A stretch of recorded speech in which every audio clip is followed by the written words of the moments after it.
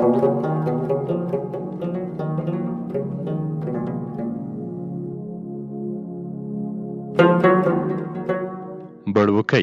لیکوال نصیر احمد احمدي. په یوه تنګه دره کې 3 خړ پوځي موټر روان ول. په دوی پسې سپېرې دوړې پورته کېدلې. ځای ځای به ودرېدل. بیرته به د ماشین غږ پورته شو. پنډ او په دوړو لړلو ټایرونه به حرکت وکړ.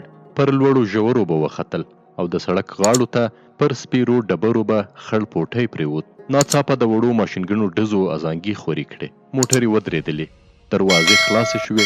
د یو موټر تر مخ د توغندي ګولۍ ولګېده. دوړې پورته شوې. په غره کې د الله اکبر چغو زور ونیو او لاندې ویرېدلو تیرو کوکو دره په سر واخیسته. عسکرو د غټو تیږو شاته مرچې ونیولې. له ډبرو سپین سوکي بادېدل او د درې پر سر ډېر پورته یو خړ ټپوس وزرونه غوړولي وو. جګړه په شدت روانه وه. له پورته پر سړک مرمۍ ورېدې. له لاندې ماشینګڼو پورته خولې نیولې وې. له میلونو څخه یې اورونه بادېدل. ناڅاپه د هلیکوپټر دروند غږ دره ولړزوله. د غره پر ډډه پرله پسې راکټونه ولګېدل. لویې وړې تیږې بیلې شوې. د تیرو چرو نری شڼهار واورېدل شو. عسکرو منډه کړه. د موټرو دروازې پسې پورې شوې. ټایرونه تاو شول او په لنډ وخت کې خړه دره له شور ماشوره تشه شوه. تر ډېره چوپه چوپتیا وه. وروسته یې یوه کارغه ناره کړه: کاغ کاغ. بیا د وړو تیږو د ښویېدو غږ پورته شو. 10-12 تنه یو په بل پسې لیکه روان وو. ټولو اوږدې ږیرې درلودې. پټکې یې تړلې وو او د ماشینګڼو خولې یې لاندې د سړک خواته اړولې وې. دوی په کوزېدو کې احتیاط کاوه. کله کله به یې په لویو تږو پسې لاسونه نیول. هر یو هڅه کوله چې د خپل بدن توازن وساتي. وروسته 2 تنه پورته ودرېدل. نورو ځانونه لاندې سړک ته ورسول. دوی وارخطا وو. شاوخوا یې کتل. یو ټیټ شو. له خاورو یې توپانچه ور پورته کړه. بل یو ماشینګڼه ومندله. دریم هم یوه اوسپنیزه خولۍ ترلاسه کړه. دا وخت یې وچیغه کړه: وینه وینه شته. ټول ورته وکتل. څېرې یې نهیلې وې. سړي لاړې تو کړې. تو لعنت دې وي په دې سرکوزو. بچ شول. د یو بل شونډې وخوځېدې. دلته پاتې کېدل خطرناک ده. باید لاړ شو. یو دم ډزې شوې. ولاړو کسانو منډه کړه. تر تیږو پټ شول. د ماشینګڼو خولې یې پورته ونیولې. لوړ ولاړ ملګري یې یوې خواته ډزې کولې.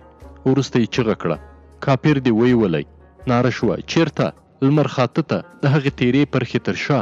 د ماشینګڼو خولې د پرخې خواته تاوې شوې. په اوږده ولاړه تیږه لسګونو مرمۍ ولګېدې. یو دم چوپه چوپتیا شوه. پورته ولاړ سړي ناره کړه: تر اوسه لا هلته دی. له لاندې یوه چیغه پورته شوه: نو څه ته ګورئ؟ ویې وله مردار یې کړه. سړي په لوړ غږ وویل: له دې ځایه نه ښکاري. 3 تنه له خاورو پورته شول. لمر خاته خواته یې منډه کړه. نورو په ولاړو پرې ډزې شروع کړې. مقابل لوري کوم غبرګون ونه ښود. یو ځل بیا چوپه چوپتیا شوه. یو راکټ ته مرمۍ ور واچوله. بل پر اوږه لاس کېښود. ورو یې وویل: ملګري مه ژوبلوه. پرخې ته نږدې دی. دا وخت د ولاړې ډبرې له یوه کونجه 2 لاسونه راووتل. وروسته یوه اوسپنیزه خولۍ لمر ته وبرېښېده. بیا اوږې، ټټر او ځنګنونه ښکاره شول. د پرخې تر څنګ یو عسکر ودرېد. هغه په بیړه خپل لاسونه پورته ونیول. یو دم چغه شوه. نږدې کسانو منډه کړه. یو د کلاشینکوف پر کنداغ وار پرې وکړ. د عسکر له خولې وینو داره وکړه. پړ مخې ولوېد. بل یې پر ملا ګونډې کېښودې. لاسونه یې شاته ور واړول. دا وخت نورو کسانو هم منډه ور واخیسته. د یو په لاس کې چاړو وه. نورو د ماشینګڼو پر ماشو ګوتې ایښې وې. کله چې ډله ور ورسېده پر پراته عسکر ور پرېوتل. د سوکانو او لغتو وار نه کېده. یو دروند سوک د عسکر ژامې ته سیخ شو. خولۍ یې له سره ورغړېده او پر خړو خاورو تورې څڼې پرېوتې. یو چغه کړه: نجلۍ ده. نجلۍ سترګې رڼې کړې. تته رڼا وه. لږ وخوځېده. په اوږو کې نری درد شو. بیرته پرېوته. چت ته یې وکتل. تیرې ډبرې راوتلې وې. مغزه یې کوږ کړ. په یوه نمجنه سمڅه کې پرته وه. د پښو دربی یې واورېد. باڼه یې سره وروستل. لنډه شیبه ووته. پر مخ یې سړي اوبه توی شوې. سترګې یې رڼې کړې. 2 تنه یې سر ته ولاړ ول. یوه ماشینګڼه ورته نیولې وه. د بل په لاس کې یو پلاستیکي خیرن سطل ښکارېده. یوه چغه کړه: پورته شه. نجلۍ په راوتلو رډو سترګو ورته کتل. بل وویل: زموږ په ژبه نه پوهېږي. د ټوپکوال شونډې وخوځېدې. په زور یې ولاړه که. سطل په لاس سړي وویل: نشم کولی. نجلۍ ده. ټوپکوال د ټوپک په میل ووهله. نجلۍ کېناسته. سړي اشاره ورته وکړه چې له سمڅې ووځئ. نجلۍ ولاړه شوه. د ملا درد ځای پر ځای کېنوله. بیا یې پر پښو زور راوست. 2-3 ګامه یې واخیستل. سر یې وګرځېد. په تیږه پورې یې لاس ونیو. سطل په لاس سړي وویل: نشې تلای. ټوپکوال په ملنډو ورغبرګه کړه، اوس به یې لارې ته راولم. یو دم یې د ماشینګڼې ګیټ کش کړ، چیغه یې کړه ځې که دې غلبېل کړم. نجلۍ ولړزېده، په ډنګو ګامونو له سمڅې ووته، سترګې یې د لمر رڼا ته وبرېښېدې. شاوخوا یې وکتل، سپېره غر و. 5-6 وسلوال یو ځای پر یوه هواره تیږه ناست وه. کله چې نجلۍ ته وکتل، سرونه یې وځړېدل. د نجلۍ ځان ته پام شو، د ګریوان پاسنۍ 3 تڼۍ یې شلېدلې وې او تور لانده ویښته یې پر ټټر پراته وو. ورو یې د ګریوان دواړه خواوې سره وروستې، پر اوږه یې څه ولګېدل. یوه سپینه ټوټه یې په سترګو پرېوته. اوږې ته یې لاس کړ، یو نری څادر و. شاته یې وکتل، تر څنګ یې یو په عمر پوخ سړی ولاړ و. له سپینې لونګۍ یې په نکریزو رنګ کړي سرې څڼې راوتلې وې. په کیڼ لاس کې یې ماشینګڼه ښکارېدله. نجلۍ په څادر کې ځان وپیچه. ولاړ سړي خپلو ملګرو ته اشاره وکړه. په ډډ نارینه غږ یې وویل، څه وایاست؟ د کوم وطن درته ښکاري؟ 2 تنه له تیږې راولاړ شول. ولاړ سړي ته نږدې ودرېدل. یوه یې وویل، ما ولیده، پر مټ یې د امریکایانو ټاپه ده. بل په خبره کې ور ولوېد، نه یې منم، امریکایان د بیزوګانو غوندې سره دي، خو دا له رنګه موږوالو ته ورته ده. په کاپیرانو کې هر ذات پیدا کیږي. یوه ګولۍ یې وولئ او سپیو ته یې واچوئ.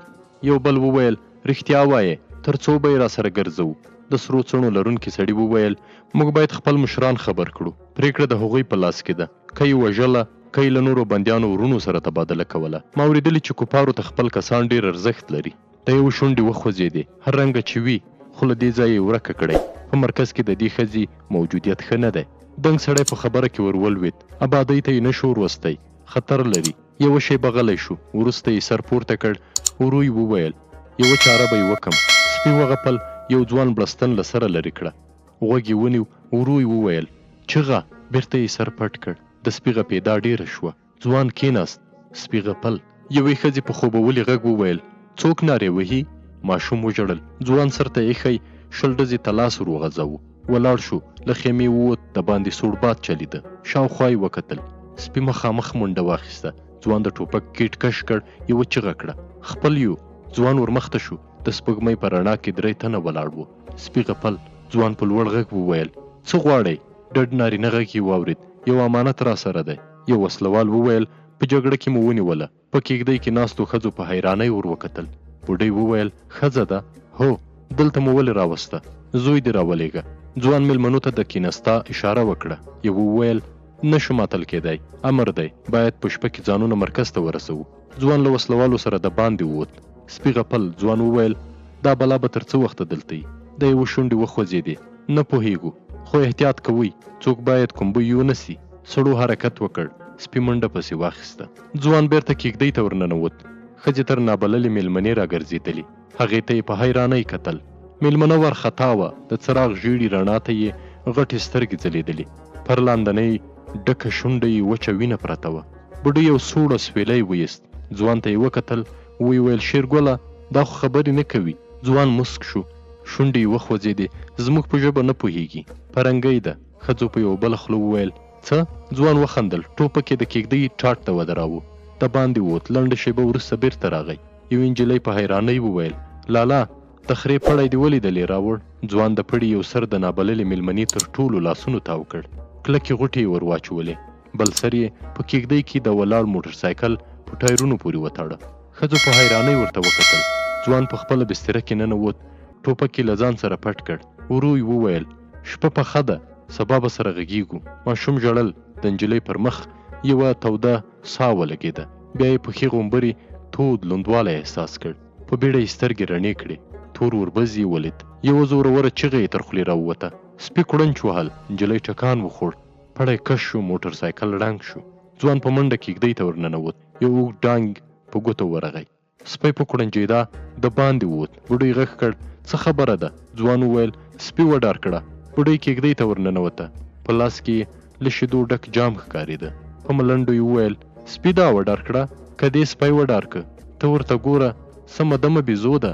د سپي بلا دې سلواره ورباندې وګرځي. نجلۍ په راوتلو رډو سترګو ورته کتل. شېرګل وویل، وړانګه چېرته ده؟ ورېنداره هم نشته. بوډۍ سوړ اسویلی ویست. اوبه نه وې. یوه ګړۍ مخکې دواړه چینې ته ولاړې. له دې سره له کېږدۍ ووت. شېرګل نجلۍ ته وکتل. هغې ژړل. دی هم د باندې ووت. نجلۍ شاوخوا سترګې واړولې. کېږدۍ لویه وه. یوه څنګ ته څو خیرنې بړستنې پرتې وې. بل لور ته ناولې لوښي ایښي وو. مخامخ د یو ماشوم نرۍ پښې تر لاندې وړونې راوتلې وې.